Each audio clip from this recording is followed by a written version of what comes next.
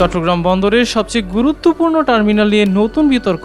DP ওয়ার্ল্ডের সঙ্গে সরকারের আলোচনা চলার মধ্যেই বিএনপির দুই সংসদ সদস্য সংশ্লিষ্ট একটি কনসোর্টিয়ামের গোপন প্রস্তাব ঘিরে উঠেছে নানা প্রশ্ন।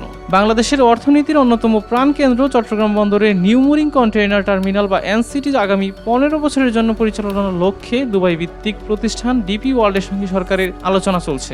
এর মধ্যেই Saif cosmos Everest port services নামে একটি দেশীয় কনসোর্টিয়াম নৌপরিবহন মন্ত্রণালয়ে বিকল্প প্রস্তাব জমা দিয়েছে বলে জানা গেছে। বিতর্কের কেন্দ্রবিন্দুতে রয়েছে কনসোর্টিয়ামের সঙ্গে দুই সংসদ সদস্যের সম্পৃক্ততার অভিযোগ। সংশ্লিষ্ট সূত্র বলছে, কনসোর্টিয়ামে থাকা দুটি প্রতিষ্ঠানের মালিকানার সঙ্গে বিএনপির দুই এমপি সম্পর্ক রয়েছে। এদিকে বন্দর বিশেষজ্ঞদের একাংশের দাবি, সরকার টু সরকার বা G2G আলোচনার মধ্যে এ ধরনের সমান্তরাল প্রস্তাব প্রশ্নের জন্ম দিতে পারে। তবে সংশ্লিষ্ট প্রতিষ্ঠানগুলোর দাবি, দেশের স্বার্থ ও নিজেদের দীর্ঘ অভিজ্ঞতার ভিত্তিতে তারা প্রস্তাব দিয়েছে। অন্যদিকে সুশাসন ও নির্বাচন আইন বিশেষজ্ঞদের কেউ কেউ আরপিওর বিধান নিয়েও প্রশ্ন তুলেছেন।